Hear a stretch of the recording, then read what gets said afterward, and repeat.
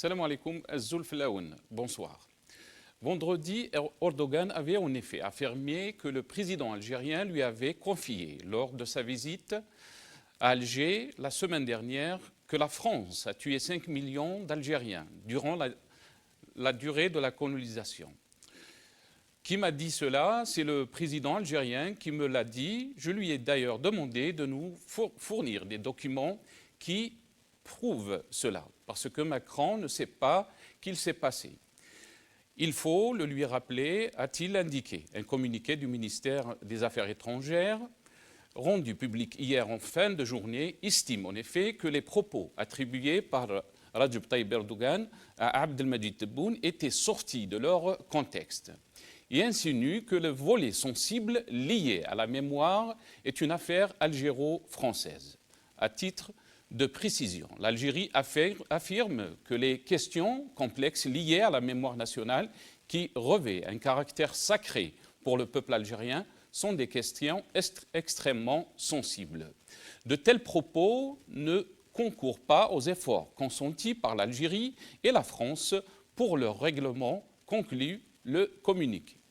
Une chose est sûre, le communiqué du ministère des Affaires étrangères, relié par l'APS, seul et unique canal de diffusion de toute info institutionnelle, n'a pas démenti les propos d'Erdogan. Bien au contraire, une vraie confusion dans le communiqué du ministère des Affaires étrangères, d'où des questions s'imposent. Pourquoi l'Algérie a été surprise? Pourquoi les questions liées à la mémoire nationale sont des questions sensibles? Et comment les propos attribués par Erdogan à Tebboune étaient sortis de leur contexte. Le président désigné Abdelmadjid Tebboune présidera une réunion du Conseil des ministres le lundi 3 février, demain, au lieu d'aujourd'hui, pour cause de la visite du président tunisien Kais Saïd. Selon un communiqué de la présidence, la réunion sera consacrée à l'étude des dossiers liés au secteur de l'éducation, de la formation et de l'enseignement professionnel, des petites et moyennes entreprises, des entreprises naissantes et de l'économie du savoir. Waouh, on est passé du prix de la pomme de terre, la crise du lait de sachet et le problème du gaspillage du pain à l'économie du savoir. Mokhek Yahbes. La question économique du pays est difficile et même catastrophique, puisqu'aujourd'hui, on ne produit rien en dehors des hydrocarbures. On ne peut pas cacher le soleil avec un tamis. Le Conseil étudiera également le problème de la sécurité routière et adoptera un plan urgent pour pousser le développement local dans les zones montagneuses, les hauts plateaux et les zones entourant les grandes villes. Tebboune et son Conseil des ministres vont parler de toutes les urgences, sauf l'urgence d'un changement politique radical et la rupture avec les mêmes pratiques. Des régimes qui font semblant que sa légitimité a été réglée et que c'est business as usual.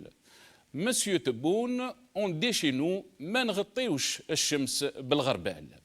Le peuple vous dit Yahna Yantouma et vous parlez de réforme et de l'urgence. Vous avez massacré ce pays sur tous les plans. Le rêve des générations a été gâché. Oui, vous pouvez parler de savoir maintenant, celui de maintenir le pays dans le statu quo depuis l'indépendance. Le système politique fonctionne avec le même esprit, la répression des libertés et des droits. Il refuse une évolution politique. Le régime pense qu'il peut empêcher la volonté d'un peuple qui aspire au changement. Il oublie surtout que la donne a changé. Un système qui fonctionne avec une pensée surannée ne peut triompher sur une révolution intelligente. Les Algériens n'ont pas connu l'état de droit, ni à l'époque coloniale, ni après l'indépendance. Cette conquête de l'état de droit ancienne ne peut exister que par des démarches de rupture.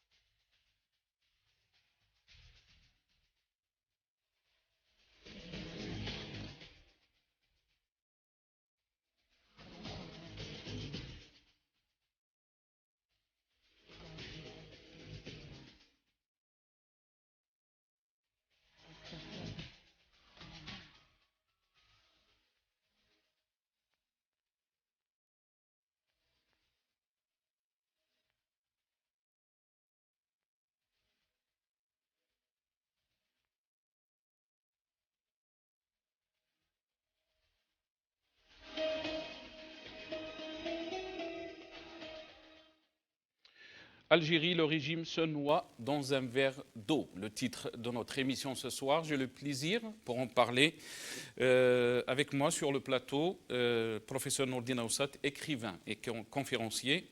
Nourdine Aoussat, marhaba bik, merci d'avoir accepté notre invitation. Merci pour l'invitation. Et on aura aussi le plaisir d'accueillir Moussaab Hamoudi, chercheur en sciences politiques, qui n'est pas arrivé encore. Et depuis Alger, Mohamed Khelfaoui, ancien cadre du DRS. Si Mohamed Khelfaoui, marhaba bik. Merci d'avoir accepté notre invitation. Merci, c'est moi qui vous remercie et remercie tous les gens qui suivent votre chaîne. Yatek Saha, c'est Mohamed.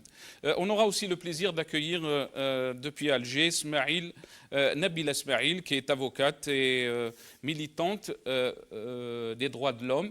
Nabila Smaïl n'est pas encore avec nous, on me dit. Je vais commencer cette émission avec vous, Nourdine. Nourdine, les propos d'Erdogan qui ont fait écho en Algérie, bien sûr, c'est des propos qui ont été bien sûr attribué par Tebboune, si on peut le dire, parce qu'il l'avait dit dans une vidéo. Je pense qu'on a cette vidéo, et ça fait polémique en Algérie. Qu'est-ce que vous en pensez? Ce que je pense que c'est hallucinant, c'est totalement hallucinant du point de vue diplomatique, comment deux présidents qui se rencontrent, discutent, se rencontrent dans un cadre amical, constructif, tourner vers l'avant avec, je dirais, des aspirations et des espérances de réaliser des choses ensemble, de monter et augmenter le niveau des affaires ensemble, créer une zone de libre-échange et après, pour une déclaration politique, somme toute, je dirais qu'elle n'est pas banale, mais elle n'est pas non plus d'une stratégie, je dirais, tant que ça. Il pouvait laisser passer.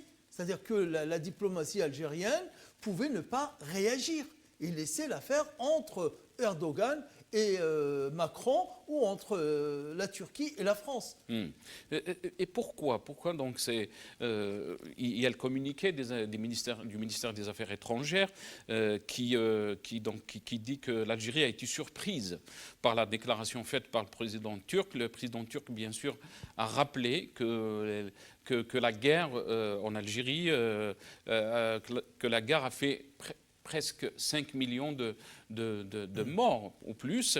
Et ça a été rappelé aussi, ça a été confirmé par Tebboune lui-même. Oui.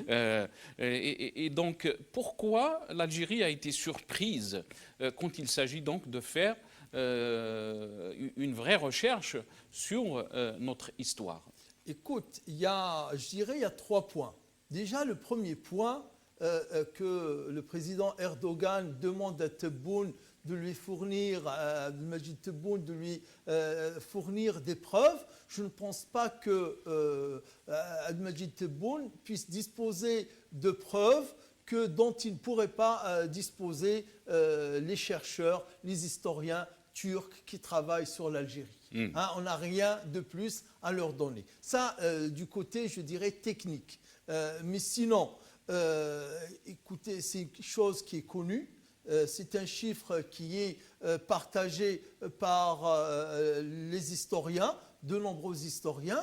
Et somme toute, il fallait le laisser passer parce que c'est une vérité. Ça, c'est le deuxième point. Le troisième point, ceci, moi personnellement, j'ai toujours dit, j'ai toujours défendu l'Algérie comme étant ou comme ayant une latitude de liberté d'action qui était large et je dirais bien à l'abri de la pression et l'influence française. Là, cet exemple-là montre bien, c'est la première fois, je dirais qu'objectivement, je sens bien que l'Algérie, la décision algérienne, la diplomatie algérienne est vraiment sous pression française.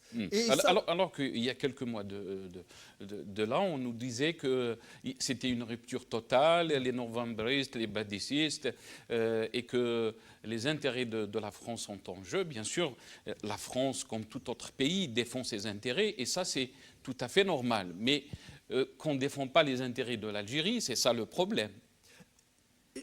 Exactement. C'est-à-dire, ceci montre bien que la diplomatie algérienne s'est trouvée dans une situation embarrassante. En même temps, il ne pouvait pas dire que Abdelmadjid Tebboune n'avait pas dit à Erdogan ce que Erdogan a rapporté, sauf qu'ils ont dit qu'il a sorti ça de son contexte. C'est-à-dire que, je ne sais pas, il parlait de Batata et Zorodia, et après, Tebboune lui a parlé des 5 millions, et comment Erdogan l'a sorti dans un autre contexte, plus solennel, plus stratégique, plus relation, je dirais, entre pays de manière solennelle. C'est ce qui s'est passé. Un dernier point, pourtant qu'on y est, ceux qui connaissent les jumeaux ou les jumelles, les enfants jumeaux, jumelles, ils savent la réaction des jumeaux et des jumelles. Ne te mêle jamais d'une querelle entre jumeaux, parce qu'ils peuvent se quereller entre eux. Quand tu te mêles, toi, pour donner tort à l'un et je dirais donner raison à l'autre, ils peuvent se retourner les deux contre toi. Et c'est ce qui s'est passé un peu comme avec l'Algérie et la France, en l'occurrence, c'est que Erdogan a voulu donner tort à la France et raison à l'Algérie. Finalement, l'Algérie lui a dit « Ne te mêle pas de nous, on est jumeaux ». Et ils se sont mis d'accord, ils se sont retournés contre Erdogan. C'est hallucinant. Et le même incident s'était produit avec Ouihia quand il était 2011, Premier ministre. Oui. Quand Erdogan avait parlé, quand la France avait accusé la Turquie donc, du génocide des Arméniens. Oui. Et donc Erdogan avait parlé aussi des massacres commis par la France en Algérie, mais Ouihia avait défendu donc, que l'histoire entre l'Algérie et la France, ça les regardait et que ça ne regardait pas la Turquie. Mais c'est vraiment... Là c'est pire. Enfin, la manière dont ça a été dit par... vas-y, tu as une question précise. Non, très rapidement, parce que je voulais juste faire intervenir Mohamed Khelfaoui. Très rapidement, ça relève de l'histoire, et ce n'est pas une propriété de l'Algérie. C'est un événement historique, et l'événement historique, il appartient à l'histoire, il appartient à toute personne, sauf quand il y a déformation. Quand il y a déformation, oui. Très bien. Mohamed Khelfaoui, merci encore une fois d'être avec nous dans cette émission. Mohamed Khelfaoui, vous êtes ancien cadre du DRS. Comment qualifier donc ce communiqué du ministère des Affaires étrangères qui dit que les propos d'Erdogan sont sortis de leur contexte sur si on peut dire, sur la question liée à l'histoire de l'Algérie? Bon, d'abord, le contexte proprement dit dont il parle, on voudrait bien savoir lequel. Les deux présidents ont discuté, peut-être qu'autour d'un café, Tebboune a laissé dire, on a laissé passer un chiffre qu'il connaissait, mais je ne vois pas où est l'interdit. La révolution algérienne, les archives sont là, la France connaît très bien, nos historiens connaissent un bout, la totalité, encore que M. Tebboune a donné le chiffre de 5 millions, Mustafa Lecharf donné le chiffre de 9 millions. Bon, ceci étant, on n'est pas gêné tellement ou offusqué par rapport à ce que Erdogan avait dit. Il a dit 5 millions, il aurait pu dire plus ou moins. C'est juste peut-être pour utiliser ça contre la France qui, elle, lui reproche le génocide des Arméniens. Les Juifs, les Juifs, tout le monde parle de la Shoah, parle des massacres, mais ça n'a pas offusqué la juiverie internationale, au contraire. Lorsque la France parle des Arméniens, les Arméniens n'ont pas été offusqués, n'ont pas demandé à la France de se taire. Au contraire, si vous pouvez nous aider à reprendre notre histoire, recouvrir notre histoire, voir nos hommes et nos femmes qui sont disparus dans quelles conditions, pour redonner notre personnalité, réécrire notre histoire vaillante et valeureuse, oui, pourquoi pas. Bon, maintenant, on a l'impression que la France est là pour nous dire ce qu'il faut écrire, ce qu'il ne faut pas écrire, ce qu'il faut communiquer au président qui nous rend visite et ce qu'il ne faut pas faire. Et là, c'est comme disait notre ami au plateau, c'est hallucinant, on n'a jamais cru ça. À ce point, la France a une main basse sur notre histoire, monsieur. Pas sur notre histoire. Non, mais franchement, oui qu'Erdogan le dise. Et quel est le problème? Et nous avons, moi je dirais à M. Erdogan, non, vous avez diminué le nombre de nos citoyens massacrés par les colonnes coloniales ou de l'armée coloniale française, je lui dis que c'est beaucoup plus, et ces enfumades, etc. Et ceux qui ne sont pas recensés, les pauvres isolés dans leur tente au sud ou ailleurs, ils n'ont pas été peut-être recensés, et donc c'est beaucoup plus.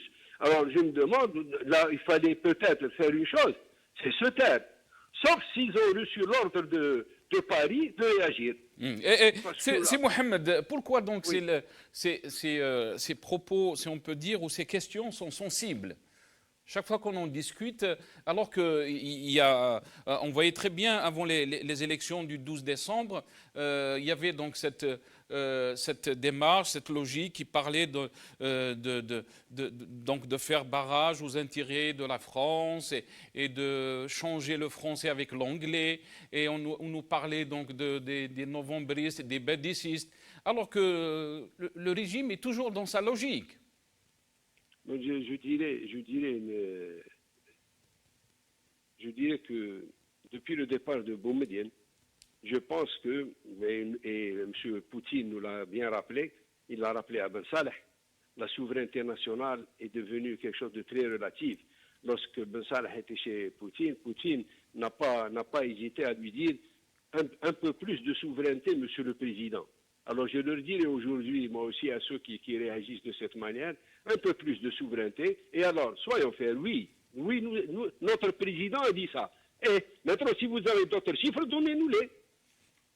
C'est tout, point à la ligne. À moins que maintenant la France nous prend au coup, et nous, bon, malheureusement, on ne sait pas exactement ce qui se passe, et vous nous dites que pour faire une autre révolution de liberté, de libération du pays, une autre guerre de libération du pays. Très bien. Restez avec nous, Mohamed Khelfaoui. On a avec nous Nabila Smaïl, qui est avocate depuis Alger. Nabila Smaïl, merci d'avoir accepté notre invitation. Marhaba bik. Merci à vous de m'avoir invité. Nabila Smaïl, quelle est votre lecture donc, à ce communiqué du ministère des Affaires étrangères qui dit, à titre de précision, l'Algérie affirme que les questions complexes liées à la mémoire nationale qui revêt un caractère sacré par le peuple algérien sont des questions extrêmement sensibles. Et de tels propos ne concourent pas aux efforts consentis par l'Algérie et la France pour le règlement, conclut le communiqué. Qu'est-ce que vous en pensez? Que tous les Algériens qui sortent depuis le 22 février en raison de crier et de scander Istiqlal, Istiqlal, Istiqlal. Tout simplement. Parce que c'est des propos qui devaient être tenus par le bourreau, pas par la victime. Que le président Erdogan fasse part d'une discussion qu'il a eue avec Tebboune, qui lui fait savoir ou qui lui révèle que la France a exécuté 5 millions d'Algériens en 130 ans de colonisation, je pense que c'est aberrant que ça soit suivi d'un communiqué qui modère la chose, parce qu'il n'y a pas lieu de reprocher, dans une formule un peu masquée, de reprocher à Erdogan d'avoir rendu ça public. C'est comme si c'était un secret, ou c'est comme si on avait divulgué un secret qui pourrait ternir l'image de Madame la France. C'est aberrant. C'est aberrant. Parce que quand on parle de la souveraineté, comme a dit monsieur qui avait intervenu juste avant, la souveraineté a pris un coup avec la tête de Ben Salah qui s'est fait tout petit en rassurant Poutine qu'il y a un plan pour neutraliser le Hirak et pour faire essouffler le mouvement. Et là aujourd'hui, on s'excuse presque auprès de la France d'avoir divulgué un crime contre l'humanité. C'est vraiment de l'aberration. Et malheureusement, nous sommes en face d'un pouvoir qui manque de légitimité. C'est pour ça qu'il a besoin de plaire à l'étranger, il a besoin d'être soutenu par des forces étrangères. C'est pour ça que tous les sujets qui fâchent devraient d'abord avoir l'aval de ces puissances pour qu'on puisse en parler. Donc, c'est comme bon, ça prouve que le pouvoir est à la merci de quelque chose. de quelque chose et que la légitimité qu'il n'a pas de l'intérieur, il essaye de la préserver de l'extérieur, mais ça fait mal. Ça fait mal parce que je pense qu'on mérite un peu plus de considération. L'Algérie est un pays merveilleux, le peuple algérien est un peuple extraordinaire qui a payé un prix très lourd et qui continue à lutter pour sa libération. Donc, avoir fait un communiqué juste après ça, moi je pense que ils sont aux ordres ou bien ils ont été interpellés ou bien je ne sais pas. Mais toujours est-il que ça fait mal et ça confirme à quel point il est important de lutter pour recouvrir sa dignité, sa souveraineté et son contrôle sur son pays. Très bien, restez avec nous, Nabila Smaïl. Nordina Oussad, je reviens à vous. Ils ont été rappelés à l'ordre, ils sont aux ordres. Qu'est-ce que vous en pensez par rapport à ce qu'a dit Nabila Smaïl? Je vais vous citer donc la déclaration de Jean-Yves Le Drian, ministre des Affaires étrangères français, qui estime que la situation en Algérie est complètement nouvelle, ce qui va sans doute engager des évolutions significatives dans ce pays. Selon lui, de nouvelles perspectives s'offrent pour les relations entre la France et l'Algérie. Si la mémoire partagée peut faire partie de cet ensemble nouveau, ce serait une très bonne nouvelle pour tout le monde, a-t-il indiqué. Oui, justement, par rapport à ça, par rapport à cette Est-ce que mémoire... la France a changé sa position par rapport à ce régime? Et est-ce que ce régime cherche une certaine légitimité à l'extérieur qu'il n'a pas à l'intérieur? Absolument. Le dernier point, moi je dirais que sans le moindre doute, sans la moindre hésitation, il est en recherche d'une légitimation qui vient de l'extérieur, qui n'a pas pu obtenir en interne. Pour les moins de 10% de votants et moins de 50% parmi les 10% de votants qu'il a reçus, Abdelmajid Tebboune. Et ce qu'on a parlé, comme les autres intervenants, donc de ce caractère aberrant, de ce caractère hallucinant de cette déclaration du ministère des Affaires étrangères, mais j'aimerais relier cela à ce qu'il a fait Macron la semaine dernière, ses déclarations à propos de la guerre d'Algérie ou bien de la colonisation qui a le même caractère que la Shoah. Regardez, et dans cette déclaration, il a dit qu'il est conscient qu'il va faire le travail tout seul, même si l'Algérie ne fait pas son travail. Et regardez ce qu'il dit dans sa déclaration la dernière fois. Il a dit « Quand bien même la partie algérienne n'avancerait pas, on a peut-être un travail à faire sur nous-mêmes. » C'est-à-dire que comme si l'Algérie ne fait rien, alors que ce qu'a dit Erdogan devrait servir, puisqu'ils ne se sont pas servis de la perche que Macron leur a tendue il y a une semaine à l'occasion de la célébration de la 75e année de la Shoah, ils n'ont pas saisi l'occasion. Quand il a fait une grande déclaration qui a mis la France, je dirais, en ébullition. Tout le monde était mécontent de cette déclaration de Macron qui ressemble à celle qu'il avait faite en 2017 lors de sa campagne électorale, quand il a traité de la colonisation de crimes contre l'humanité. Il a redit la même chose. L'Algérie, au lieu de se saisir de cette occasion pour monter au créneau et d'abonder dans le même sens, elle fait marche arrière.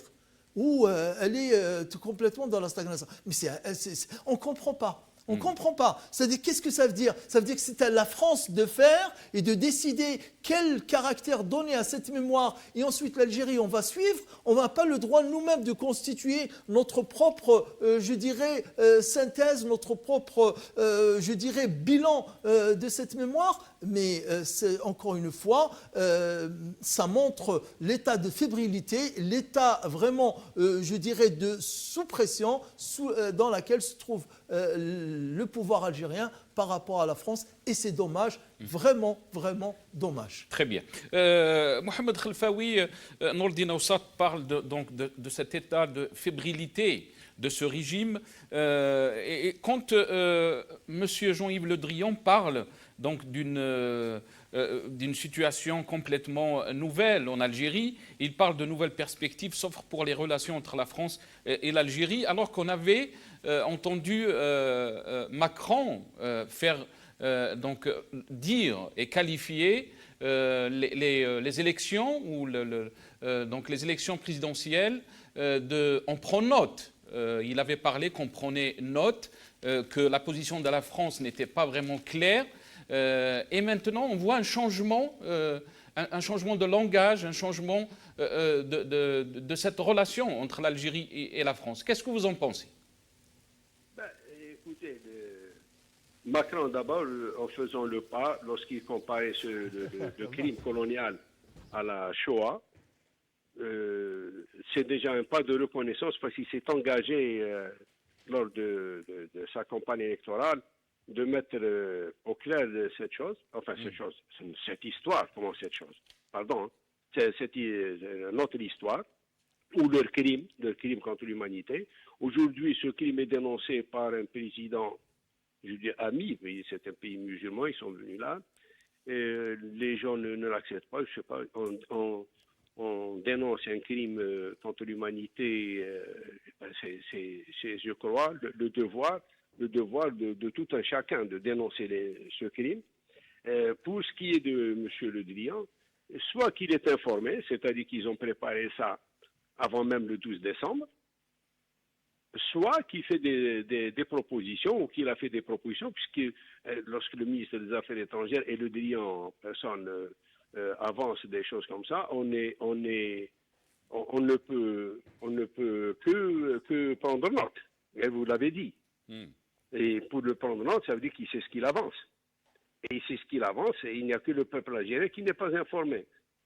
Lui, il sait, ou alors il fait des propositions, et donc c'est l'éternel rapport de république bananière face à l'ancien colonisateur, alors qu'on espérait avec le Hirak dépasser tout ça et s'imposer comme une nation, comme un peuple qui, à un moment donné, a connu une faiblesse et les autres en ont profité. Il reprend ses droits.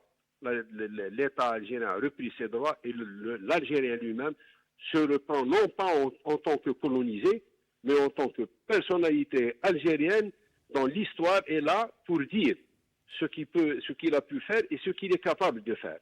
Et là, je crois que pour arriver à ça, il faut que cette mentalité, il faut que cette jeunesse-là qui est dans le Hirak arrive nécessairement au pouvoir avec ces convictions-là qu'on est en train d'entendre.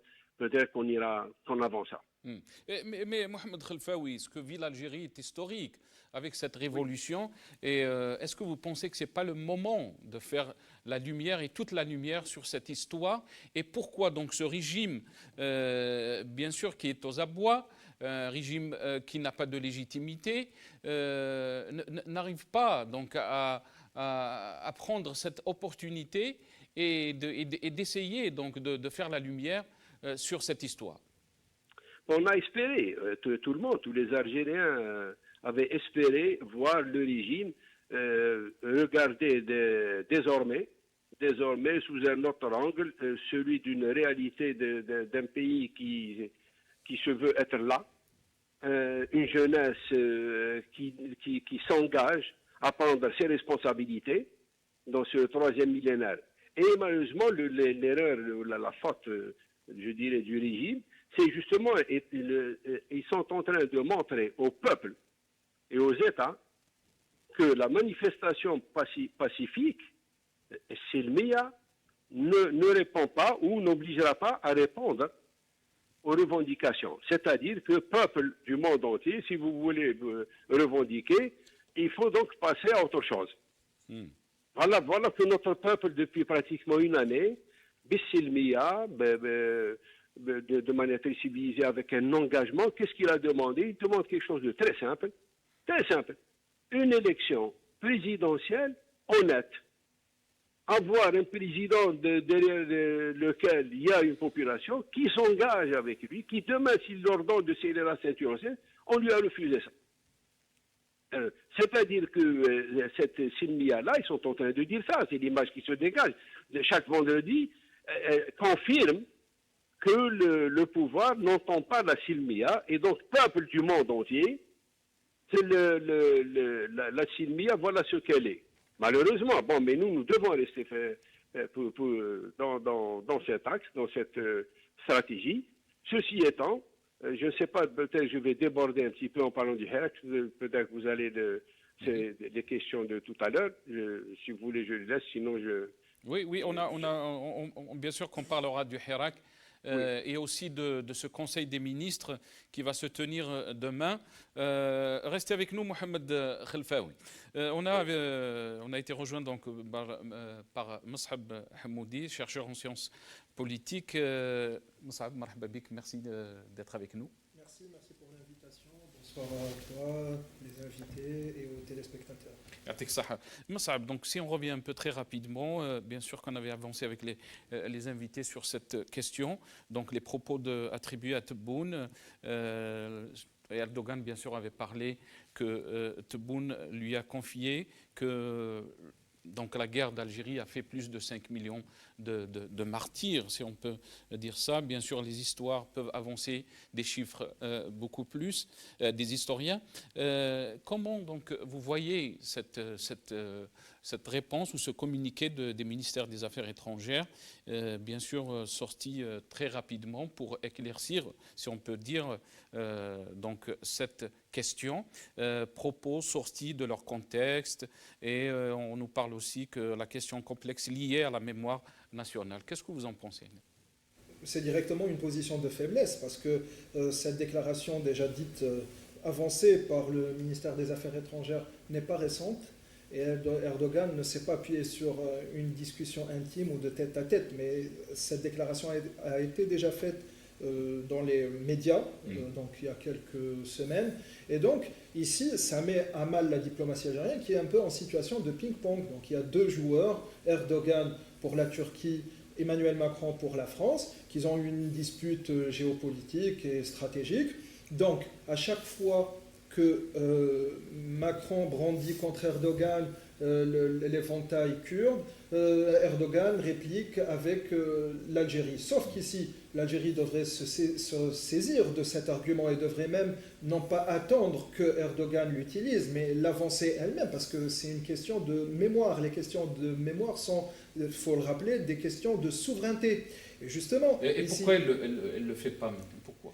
Elle ne le fait pas parce qu'il y a des connivences, et justement, je suppose que si la diplomatie algérienne a adopté une telle posture, c'est qu'elle a reçu un coup de téléphone de quelque part de l'Élysée, lui disant il y a des lignes rouges, qu'est-ce que vous faites? Donc ça se passe comme ça concrètement, malheureusement. Et alors, le problème avec les États autoritaires et les régimes autoritaires, ils ont horreur de la mémoire.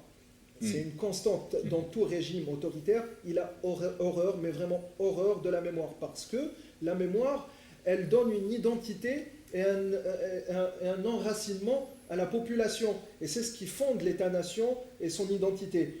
Mais on le sait, même la France généralement officielle, quand elle parle de l'Algérie, elle utilise une petite phrase qui paraît anodine, mais qui est très significative, et qui est celle de l'Algérie, une nouvelle ou une nation récente.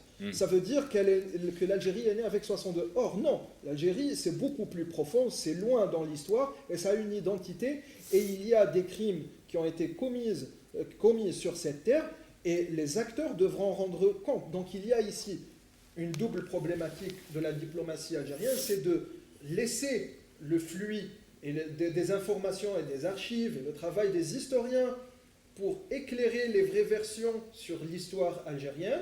Et puis sur le plan politique, c'est de faire un travail de diplomatie sur les acteurs. Mais pour cela, il faut que la diplomatie algérienne dispose des vrais et des acteurs qualifiés pour le faire, parce qu'elle se met en position de faiblesse. On le voit ici, c'est vraiment deux joueurs de ping-pong. L'Algérie, malheureusement, a le rôle de la petite boule. Et c'est révoltant parce que ça donne une image quelque part ridicule de la diplomatie. Ce n'est pas ce que reflète le peuple, mais c'est ce que s'efforce à refléter le régime.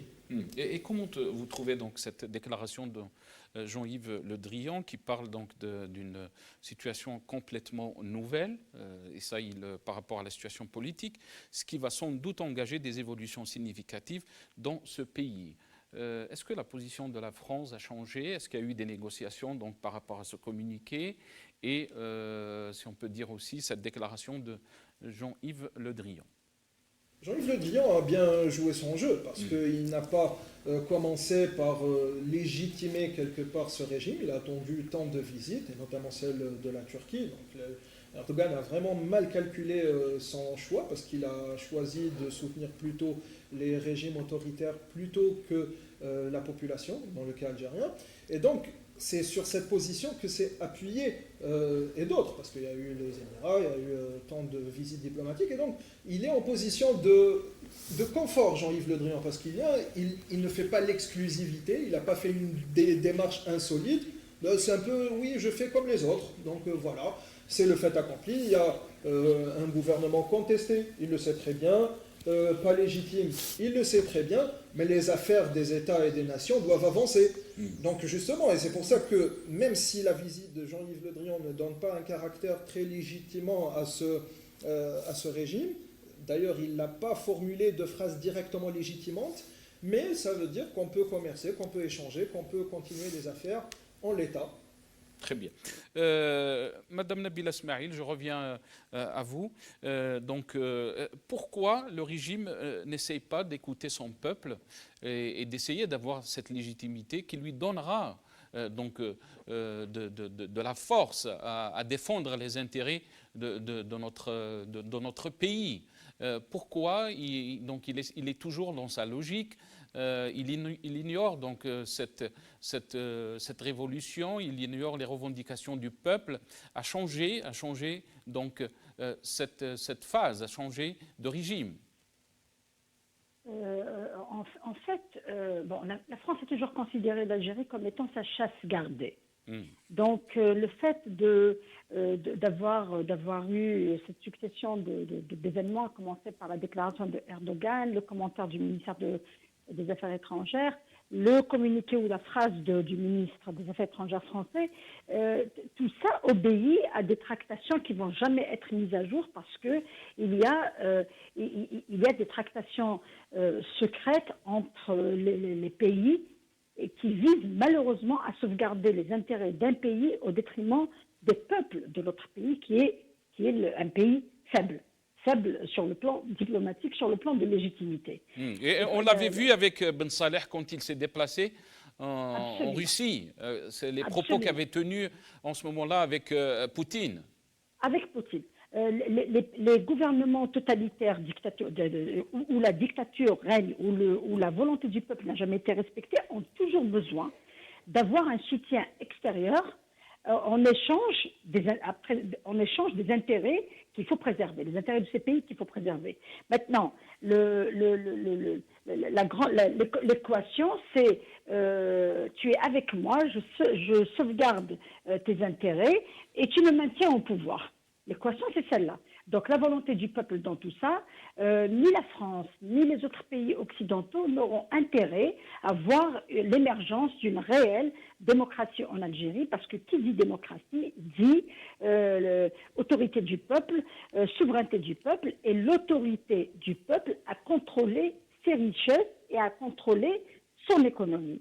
Or, ça ne peut pas faire l'objet de négociations ni avec la France, ni avec ceux qui maintiennent des pouvoirs illégitimes qui leur assurent la pérennité de leurs intérêts en Algérie. L'Algérie est un gâteau dont chacun tire profit.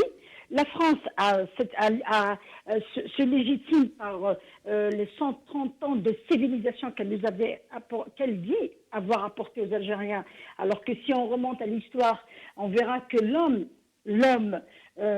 sur le sol algérien existe depuis plus de 2 millions d'années, plus de 2 millions d'années. Des livres récents faits par des archéologues dont Khalifa Abdelrahman relève ou révèle qu'il y avait vie, il y avait civilisation en Algérie depuis plus de 2 milliards d'années, et malheureusement, nous sommes réduits à être gouvernés par ceux qui refusent de se réconcilier avec notre histoire et qui continuent à être tributaires de cette vérité qu'ils cherchent à cacher et de cette histoire qu'ils cherchent à cacher.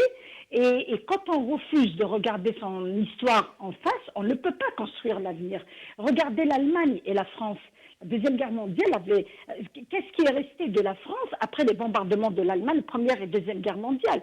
Ils ont accepté de faire la véritable paix, d'assumer les erreurs, d'assumer les meurtres, d'assumer la guerre pour pouvoir construire ensemble. Maintenant, la France et l'Allemagne sont l'un des deux pays puissants de l'Union européenne et ils cohabitent bien parce qu'ils ont accepté d'assumer une histoire qui est très blessante, très traumatisante, mais en l'acceptant, ils ont tourné la page et ils construisent l'Europe ensemble. Nous, non.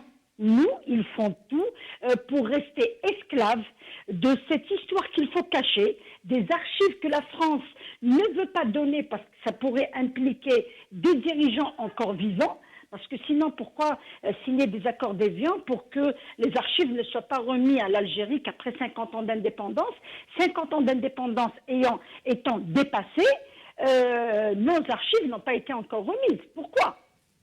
La question est là. Pourquoi on ne nous remet pas toutes les archives de la guerre de libération?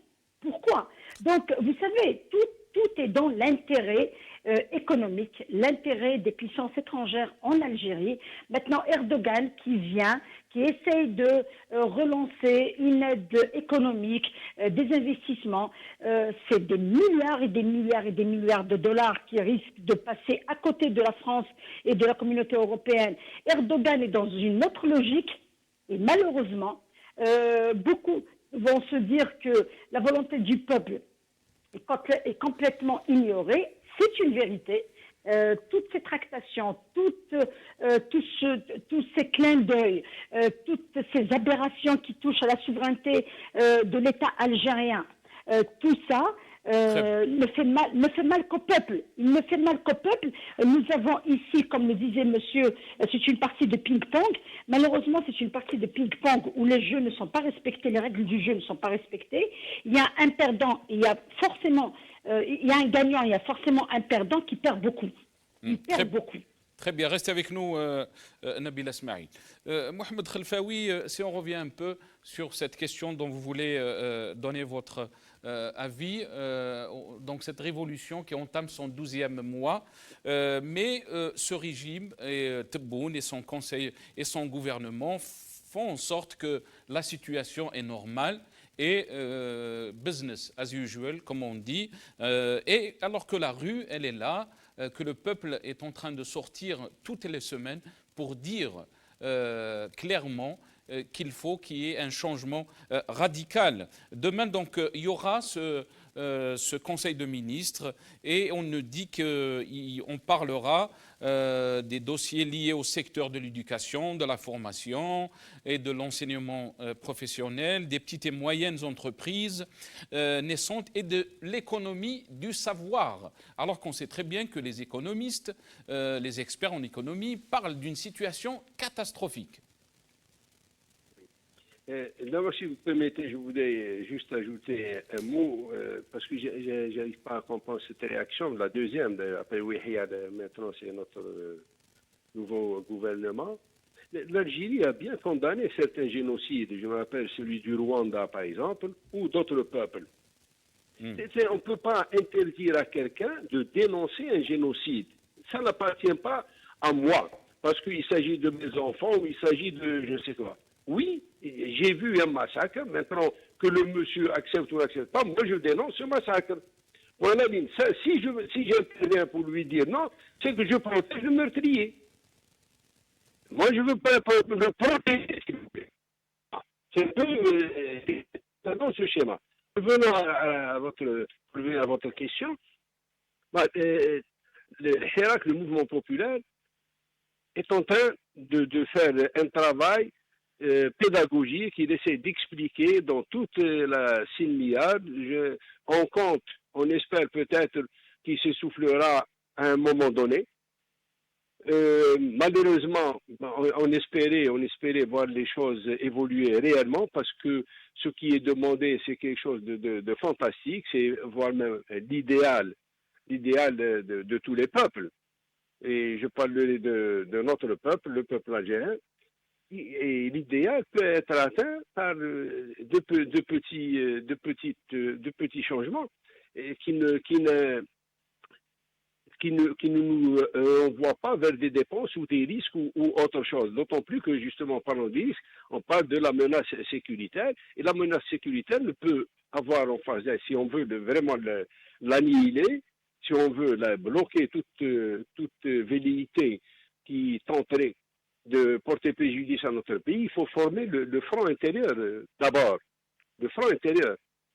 Ensuite, une diplomatie. Ensuite, l'armée n'interviendra qu'à la fin. En tant qu'élément de répressif avec tous les moyens qu'elle a, etc. Bien sûr. Mais d'abord, former un front intérieur solide, c'est déjà préventif. Et c'est le plus important. Bon, aujourd'hui, on décourage les bonnes volontés de ce peuple, ou l'idéal de ce peuple-là qui, après avoir tenté des sorties ici et là depuis des années, après avoir interpellé les pouvoirs,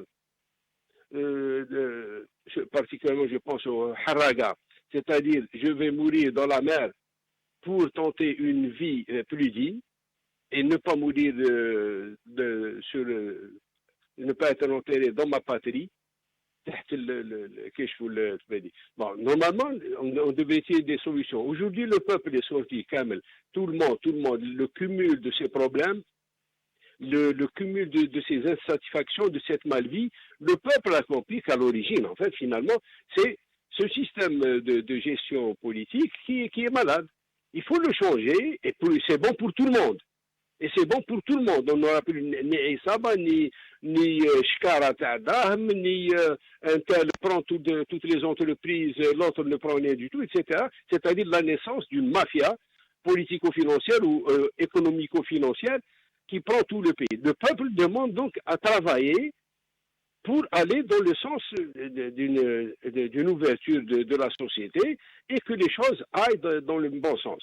On montre aujourd'hui, je le répète encore une fois, à tout le monde, au monde entier, aux yeux de tout le monde, le Harak al-Jazairi, le mouvement populaire algérien, parce que pacifiste, voici une année qu'il tourne et n'a pas encore atteint, et n'a pas encore, eu l'oreille attentive du pouvoir. Maintenant, vous me parlez de la réunion qui aura demain. Bon, c'est un peu le fait accompli. On continue. Fuite en avant, on continue d'avancer. Bon, apparemment, nous avons un problème de financement. La preuve, c'est que oui, avant de partir, on était sur la planche à billets. Je ne sais pas quels sont ces projets-là qui sont en train de préparer et l'économie du savoir, s'il vous plaît. Très bien. Restez avec nous, Mohamed Khelfaoui. Restez avec nous, Mohamed Khelfaoui. Je reviendrai à vous sur cette question si vous voulez développer. Nourdine Aoussat, Mohamed Khelfaoui parlait donc de cette politique du fait accompli, la fuite en avant. Bien sûr qu'il y aura un conseil des ministres demain. On parle d'urgence sur beaucoup de volets, mais on oublie l'extrême urgence, c'est cette demande du peuple algérien, un vrai changement qui est un changement politique. Et de là, on pourra essayer de trouver les solutions qu'il faut pour tous les maux que vit notre pays. Absolument. Je dirais même que si demain, il n'y aura pas une pluie de l'eau qui va tomber du ciel ou de la grêle, mais c'est des billets de 1 000 euros ou des liasses de billets de 1 000 euros, des dollars et des euros qui vont tomber du ciel, ça ne va rien changer. Ce n'est pas un problème d'argent, ce n'est pas l'argent en soi, même si bien entendu l'argent c'est le nerf de la guerre qui est important. Le plus important c'est la gouvernance, le plus important c'est le changement. Un pays ne peut pas fonctionner sans l'adhésion du peuple, ça ne fonctionne pas. Et la preuve elle est là, ils l'ont vécu eux-mêmes. L'argent, il y avait à gogo, mais ils n'ont rien pu faire avec parce qu'au-delà de leur, je dirais, incompétence, du manque de conscience, la déprédation, la corruption et tous les vices dont ils sont légion, il y a aussi le fait qu'il n'y a pas de projet légitime qui mobilise la population. Donc aujourd'hui, le pouvoir, on le voit encore, 50e anniversaire, l'occasion de dire, de rendre hommage au peuple algérien. Je leur dis Barakallahu fikoum, Barakallahu fikoum, Barakallahu fikoum, vous êtes un peuple merveilleux. Je ne dis pas ça par populisme, ce n'est pas de mes habitudes de dire ça, mais je le dis de tout mon cœur, tout sincèrement, c'est un grand peuple, les Algériens. Et il faut poursuivre, Inch'Allah, il y aura le changement. Le pouvoir est toujours dans le déni, et il est toujours dans le mépris, le déni de comprendre ce que le peuple demande et le mépris dans le sens où le pouvoir, il pense qu'il lui appartient, je ne sais pas, de droit divin ou de droit je ne sais où, ils ne sont pas capables ou ils n'ont pas à le rendre acquis de droit, en l'occurrence ceux que le peuple choisira de façon légitime et souveraine. Non, ils ne sont pas, mais ils le feront de toutes les manières et la preuve, elle est là. Ça fait 50 vendredis que le peuple change, il n'a pas changé. C'est écrit on reviendra pas en arrière. Ils sont toujours constants sur leur première revendication. Très bien. Moussab Hamoudi, sur cette question, qu'est-ce que vous en pensez? Donc, demain, il y aura un conseil des ministres, le 3e de Tebboune. Bien sûr, il parle de plusieurs urgences, des défis, alors qu'on sait très bien que l'urgence et les défis ne sont pas ni dans l'économie. Certes que l'économie est dans un état très difficile, mais l'urgence, et surtout, elle est politique. Absolument. D'ailleurs, c'est un conseil des ministres qui a été retardé parce qu'il devait avoir lieu aujourd'hui. C'est dire qu'ils n'arrivent pas déjà à fixer un planning. Et puis, vous savez, il y a le mensonge. Quand le mensonge est poussé à l'extrême et dans l'exagération, ça devient de la chimère. C'est ce que fait ce gouvernement, ce pseudo-gouvernement, parce qu'il est complètement détaché de la réalité. Les crises du moment sont certes cette crise de légitimité qui aboutit à une profonde crise de gouvernance. Ensuite, il y a les vraies crises du moment du point de vue social, mais surtout, c'est une crise ne pas pouvoir, que le citoyen ne peut pas s'approvisionner en lait, ou que des sociétés comme Enyam ferment. Et là, où est-ce qu'on est? On est avec un gouvernement qui parle de ville intelligente, de modèle... Il parle même de l'économie du savoir. C'est-à-dire complètement détaché de la réalité. Qu'est-ce qu'il fait comme ça? Il croit qu'il va faire abstraction de la revendication sociale et sociopolitique et même économique, parce que le Hirak parle l'économie aussi. Il croit qu'il va faire abstraction de tout ça en évoquant des slogans bidons, parce qu'il s'agit là de brandir des slogans. Or, il ne pourra jamais s'affranchir de cette réalité, il ne fait que l'esquiver, mais il va tourner en rond, tourner en rond, tourner en rond et revenir au centre. Parce que ces questions, on ne peut pas les esquiver interminablement, parce que ce sont les questions, c'est-à-dire on a un peuple qui pose les vraies questions, et un régime qui est en train d'esquiver, de feinter, d'essayer de fuir, de faire une fuite en avant, mais il est face au mur. D'esquiver ou de faire en sorte que la situation est normale pour lui? C'est pareil, ça revient au même. Donc, dans sa tête, c'est normal ou c'est esquivé, mais l'essentiel, c'est de fuir. Or, la situation actuelle est très urgente parce que quand on prend ces deux crises qu'on a vues, celle du lait et celle de Enyam, parce qu'elles sont très significatives, du point de vue de l'économie politique. Le lait, c'est de la microéconomie. Du point de vue d'Enyam, c'est de la macroéconomie. Ce sont les deux formations, c'est les deux noyaux de l'exercice de l'État.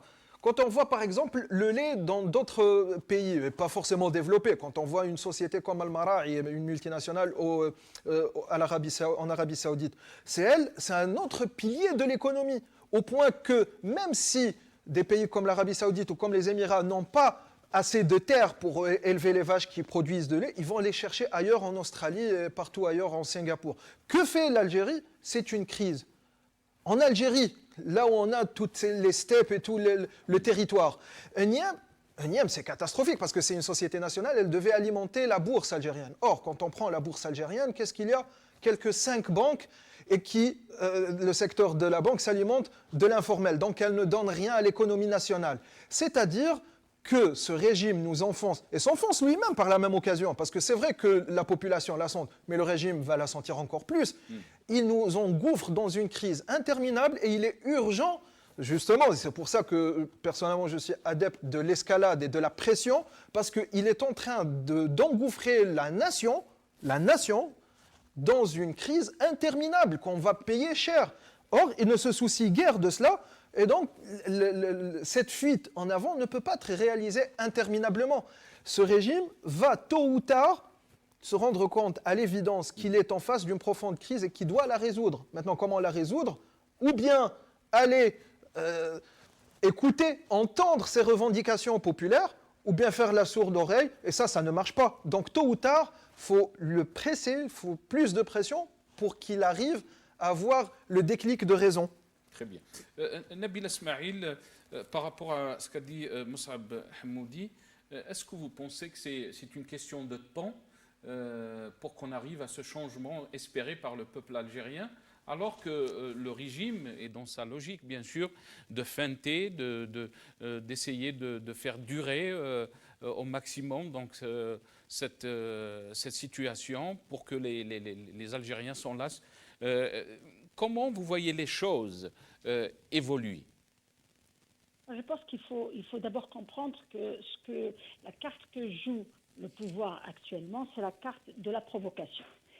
Comment la carte de la provocation? D'abord, il ignore complètement les marches de vendredi, il ignore les slogans du peuple, les revendications du peuple. Il montre, ou il essaye de faire croire que les choses sont tout à fait normales, qu'il va tenir son conseil des ministres demain avec deux secteurs qui ne relèvent d'aucune urgence par rapport à l'urgence de la situation économique et politique. Il va vers l'éducation, la formation professionnelle, tout en sachant que, pas plus tard qu'aujourd'hui, les routes qui du jeu a été fermée, a été interdite d'accès par les communes limitrophes par rapport à la liste des logements sociaux qui a été rendue publique et qui a fait jaser la rue, dans la mesure où des familles et des pères de famille n'ont pas bénéficié de ces logements sociaux et que des célibataires ont bénéficié de logements sociaux, des gens qui ont des fiches de paie qui dépassent 40 000 dinars ont bénéficié de logements sociaux, ou au moment où des pères de famille se retrouvent éjectés de ces listes-là. Donc le pouvoir algérien est un pouvoir qui est spécialiste, champion et premier dans sa catégorie en création de problèmes. Le régime est spécialisé dans la création de la crise. Il crée la crise pour nous détourner de la question politique. Parce que tous les problèmes que vit l'Algérie, c'est des problèmes qui sont créés, qui sont causés par une mauvaise gouvernance, parce que ceux qui gouvernent l'Algérie ne sont pas des gens qui sont là pour gouverner et travailler dans le bien-être, pour le bien-être du peuple. Ils sont là pour écraser le peuple, pour se servir les copains et copines, amis et cousins et cousines, mais en aucun cas. Ceux qui ont de tout temps gouverné l'Algérie ne l'ont jamais fait pour le bien-être du peuple. Donc, crise de lait, crise de l'onium. Vous savez, l'onium est un poumon pour la Kabylie par rapport à la qualité, par rapport au nombre de familles qu'elle nourrit, par rapport à sa place stratégique, par rapport à son apport, par rapport à son expérience sur le marché de l'électronique. Dites-moi pourquoi, juste après les élections, moi je fais de la politique, je considère ça comme étant une réponse ou une punition par rapport au zéro vote de la Kabylie. On crée la crise du lait par rapport à une usine qui est Tassili, qui a été revendue par Ouihia à un privé, mise à genoux. C'était l'Onalé, mise en faillite pour qu'elle soit rachetée par les copains de Ouihia, pour qu'on fasse encore des rumeurs autour de cette usine pour dire qu'il y a une bactérie, il y a ceci, il y a une contamination. Donc il y a une crise de lait qui est créée au même moment.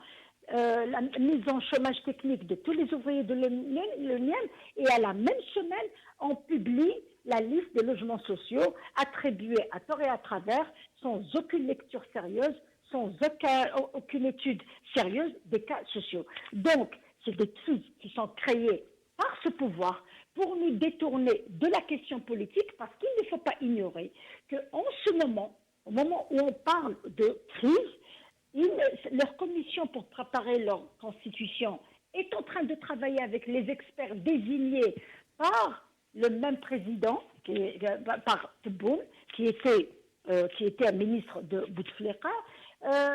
On oublie la question politique et on s'occupe de la question sociale.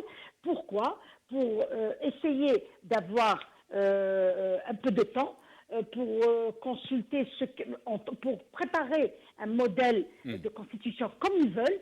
Et au même moment, je vais vous rajouter encore quelque chose qui est très, très significatif.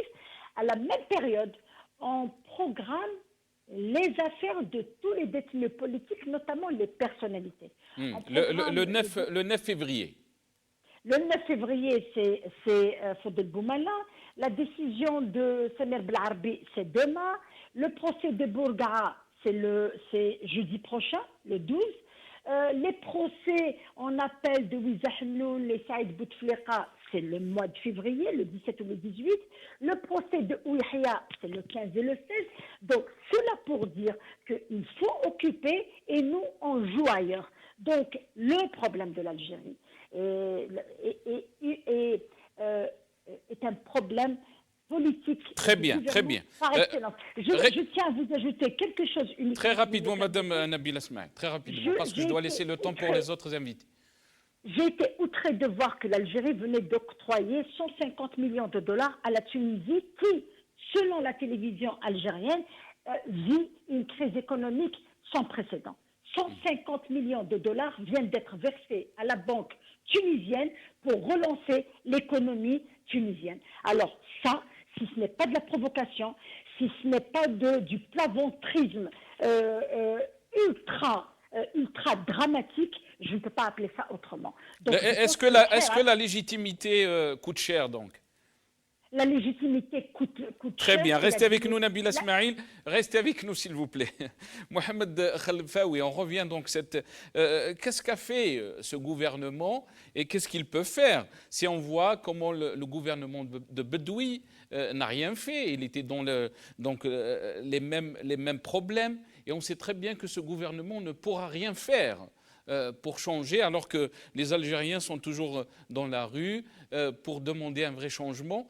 Qu'est-ce que ce gouvernement peut faire, Mohamed Khalfaoui? Madame vient de citer un certain nombre d'anomalies ou de crises. Elle a peut-être omis, lorsqu'elle a dit que c'est un pouvoir qui cherche à créer des crises. En effet, la première déclaration de M. le Président de la République, c'est le gaz de schiste. Gaz de schiste qui a soulevé des tollés, qui a vu le peuple algérien, et tout âge et toute génération confondue, sortir dans la rue pour dire non. Dire qu'on va aller vers le gaz de schiste parce que c'est une source, il ne faut pas s'en priver, c'est dire aussi qu'on est dans une crise très grave. Parce que le gaz de schiste, c'est connu, le peuple l'a rejeté, on doit passer à autre chose. Aujourd'hui, on a l'impression que c'est un pouvoir qui est venu administrer, gérer les problèmes qui se posent. On peut citer également, j'ai oublié l'entreprise Condor, d'électronique qui a fermé, qui a déclaré faillite en mettant dans la rue 1400, il me semble 1400 ouvriers, c'est-à-dire 1400 familles. Parce que chaque ouvrier travaille pour une famille. Nous sommes dans une crise, nous avons besoin d'une réflexion large, d'une réflexion qui doit impliquer le peuple dans son intégralité, et tous les gens qui peuvent faire, les créateurs d'entreprises, les créateurs d'idées, et les gens fidèles et sincères pour mener le travail, pour accompagner le travail. Et malheureusement, on ferme la porte à ces voix qui appellent chaque vendredi, chaque mardi. Au lieu de même se pencher un peu sur la situation réelle de base qui dure depuis l'indépendance, voire avant. Alors, on peut régler ça pour être le peuple uni comme le veut le Hirak, et on va tous, la main dans la main, supporter ensemble, ou alors jouir ensemble aussi des avantages qu'accorde le pays. Je dirais, si vous me permettez, une parenthèse, je lance un appel, bon, c'est mon point de vue, quant au mouvement populaire. Je crois que, comme disait Lénine en son temps, une révolution ne vaut que si elle se donne les moyens de se défendre. Or là, le Hirak est là, dès qu'il y a une personnalité qui apparaît, il y a des forces qui sont infiltrées à l'intérieur des rangs du Hirak pour dire non, le Hirak n'a pas besoin de ceci, et puis on vous tire des théories de je ne sais où, et sans aucune référence. Moi, je pense que le pouvoir doit se trouver des coordinateurs qui peuvent faire face au pouvoir, qui peuvent ouvrir... Vous dites que le Hirak, oui. ce n'est pas le pouvoir. Le Hirak doit trouver des coordinateurs. C'est ce que vous voulez dire. Oui. Très bien, oui, parce que vous avez dit pouvoir, coordinateur, d'accord. Oui, non, c'est ce qui doit faire face au pouvoir, il dit. Donc, parce que les moyens de se défendre, les moyens d'ouvrir...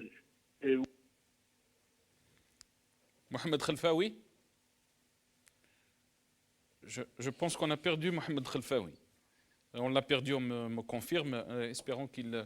on essaiera de le recontacter, Mohamed Khelfaoui.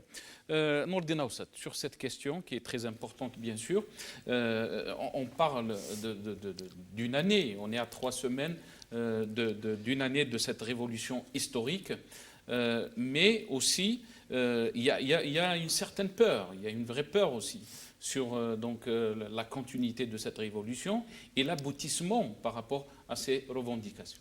Non, absolument. Il n'est pas, je dirais que c'est voir qu'à 11 mois du début du Hirak, avec des revendications claires, nettes et précises, et que la réaction du pouvoir reste celle qu'on a décrite tout à l'heure, de déni et de mépris, il y a de quoi, je dirais, se poser des questions. Que faire maintenant? C'est sûr, que faire maintenant?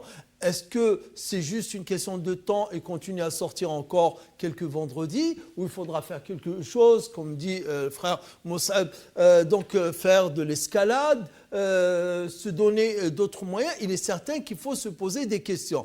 Une chose est certaine, que le message qui doit être adressé au pouvoir, que le marche arrière n'y aura pas, ça on ne lâchera pas prise des revendications. Maintenant, il faudrait qu'au niveau du Hirak, qu'il y ait une certaine autodiscipline, qu'on laisse un peu les questions philosophiques très politiques, dans le sens, allez, constituante, je ne sais pas, phase de transition, qu'est-ce qu'une constituante, comment la faire, sous quelle gouvernance, combien de temps, etc. Laissons ça de côté, disons au pouvoir, il est temps que le changement se fasse, le changement générationnel et le changement politique, c'est-à-dire de faire des élections. Allez, commençons. On peut...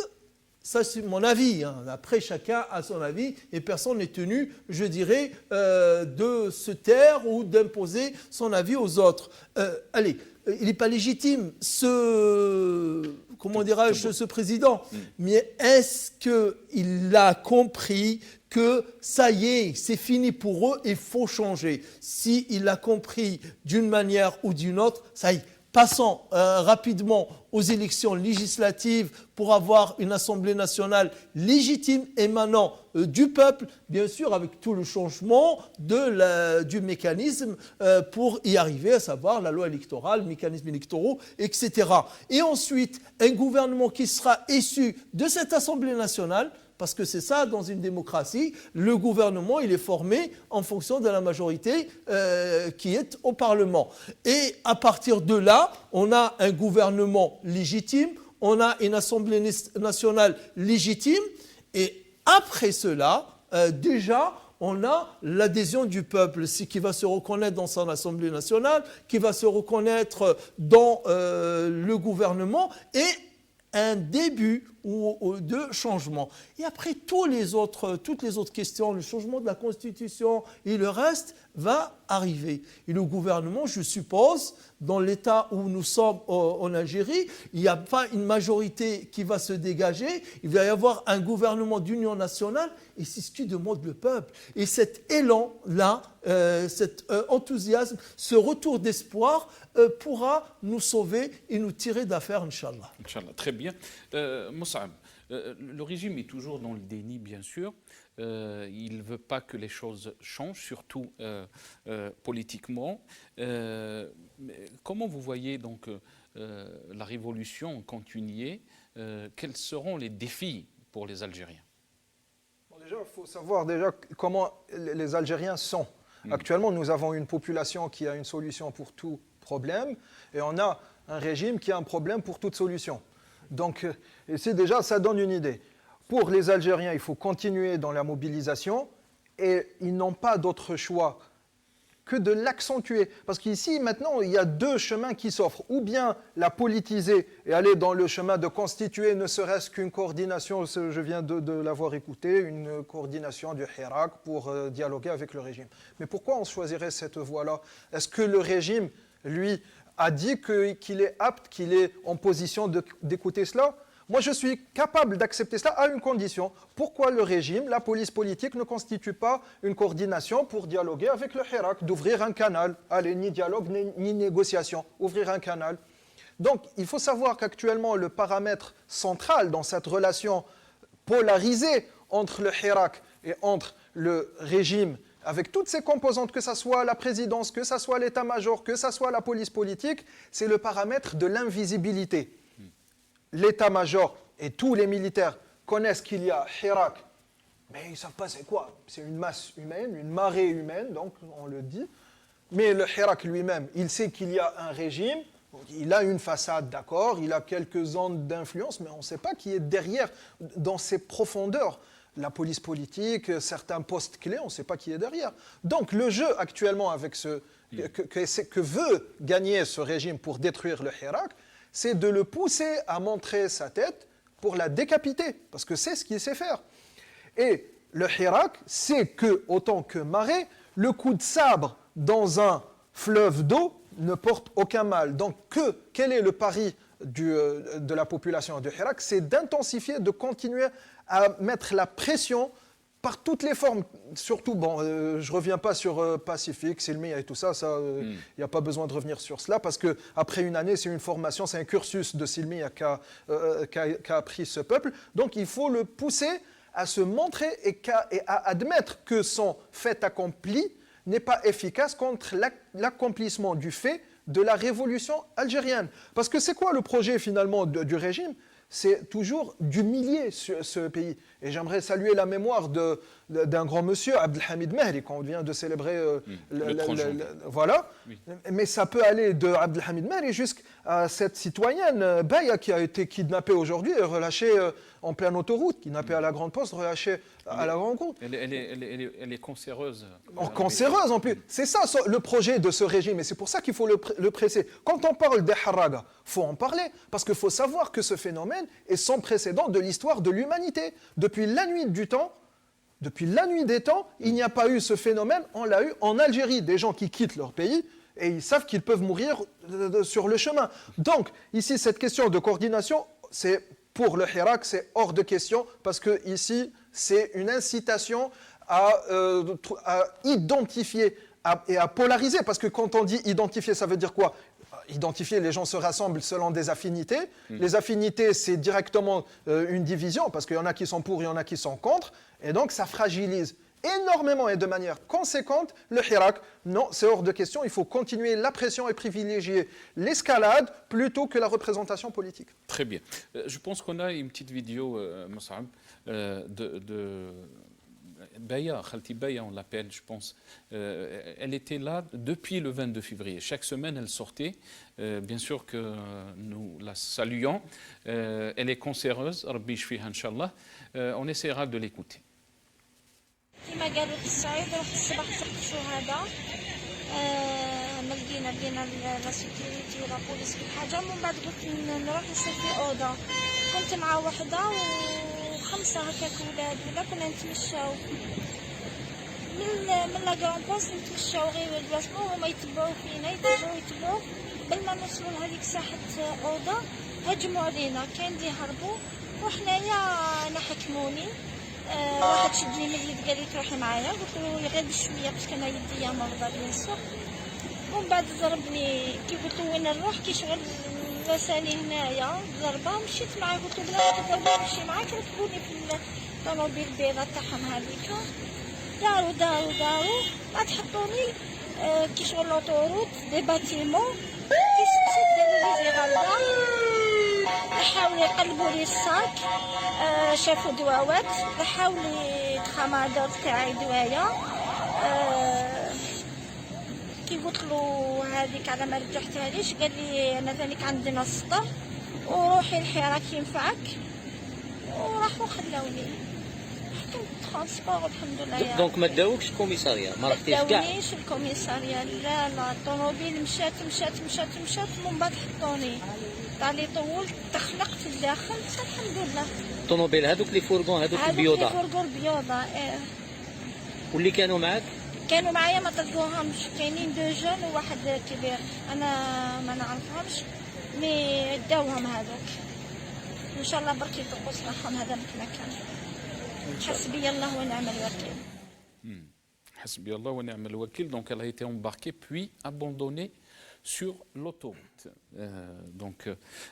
Madame Nabila Ismail, quand on entend des témoignages comme ça, des dépassements bien sûr concernant les droits de l'homme en Algérie, c'est pas ça qui manque, mais c'est grave ce qu'on est en train de vivre.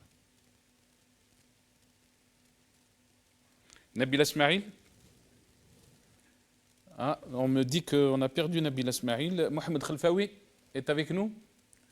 Ah, on a perdu Mohamed Khelfaoui, on a perdu Nabila Ismail. Très rapidement, Nourdine Aoussat, à vous la question. On revient toujours à ce qu'on a déjà expliqué. Donc maintenant, les téléspectateurs, j'ai eu même des réactions de leur part sur les réseaux sociaux. La stratégie des 3D, démoraliser, faire diversion et diviser. Donc c'est toujours la stratégie de la peur, faire peur et ensuite venir par derrière, rassurer. C'est le pouvoir qui fait peur, c'est lui qui crée les situations de peur et ensuite c'est lui qui vient derrière pour rassurer le peuple et ça lui donne, une certaine légitimité car c'est lui qui va rassurer ce peuple et instaurer la paix, la sérénité. Donc cette politique-là, la peur comme arme politique, elle repose sur ce triptyque qui est la stratégie des 3D, faire diversion et d'abord cela démoraliser par tous les moyens, atteindre, je dirais, le peuple dans son moral pour l'accabler, et ensuite faire diversion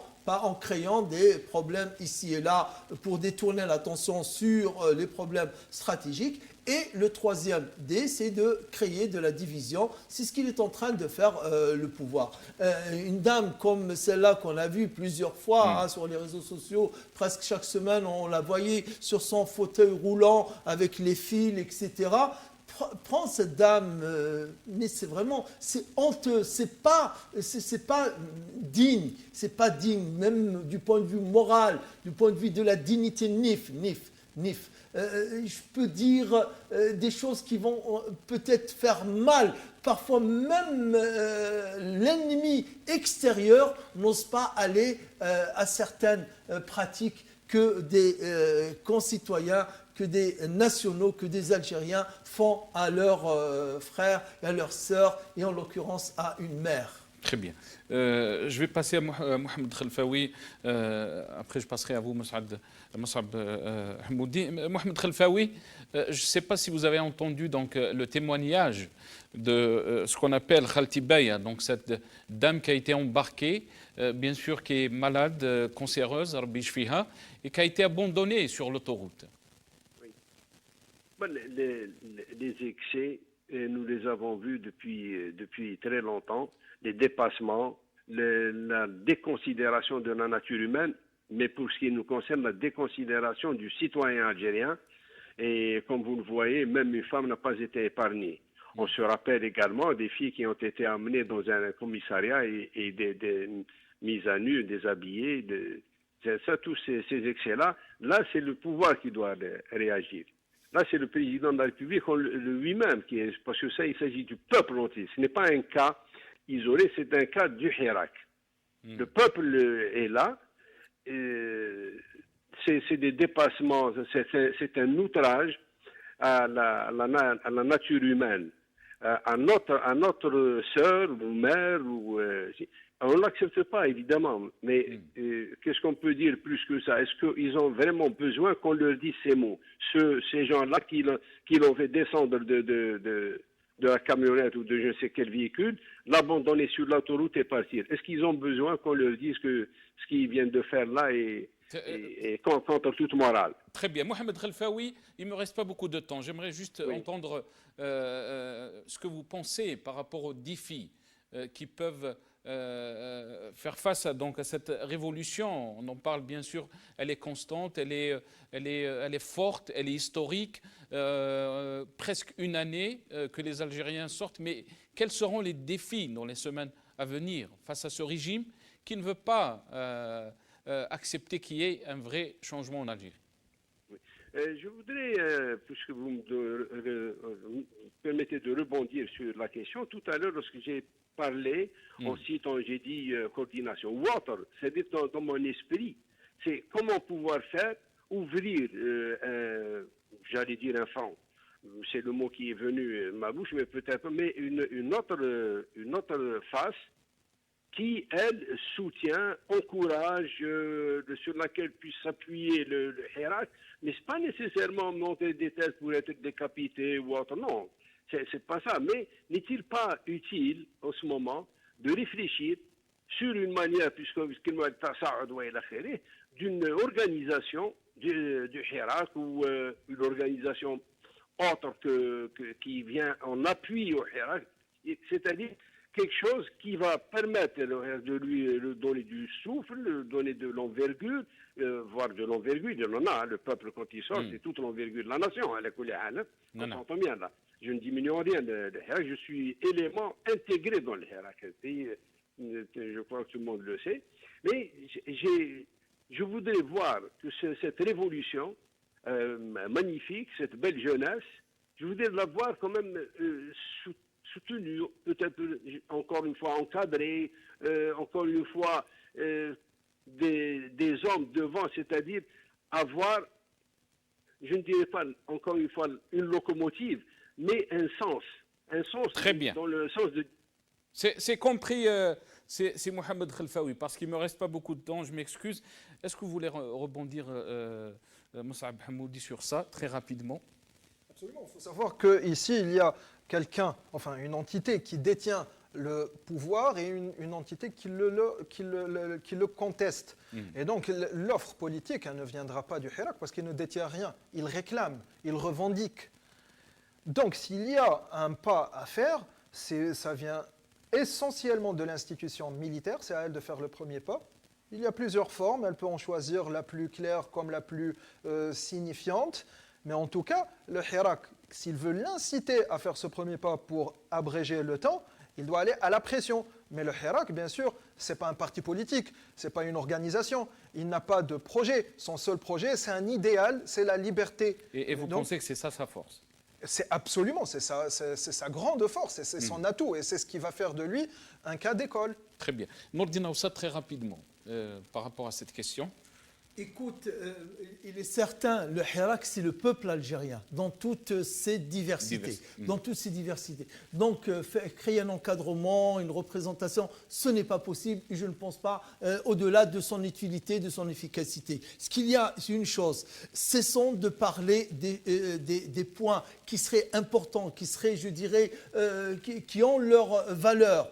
Et se consacrer sur l'essentiel, faire tomber ce régime. Très bien. Voilà. Je pense que vous avez un appel à faire, Moussaab Hamoudi. Il y a une marche.